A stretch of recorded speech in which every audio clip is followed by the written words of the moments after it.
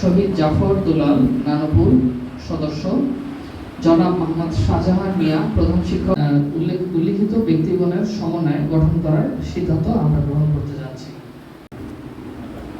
Traffic inspector সদস্য জনাব মোহাম্মদ তৌহিদুল আলম। উক্ত কমিটি অবিলম্বে যানবাহন পার্কিং করার জন্য জায়গা করে দেওয়ার প্রয়োজনীয় ব্যবস্থা গ্রহণ করবে।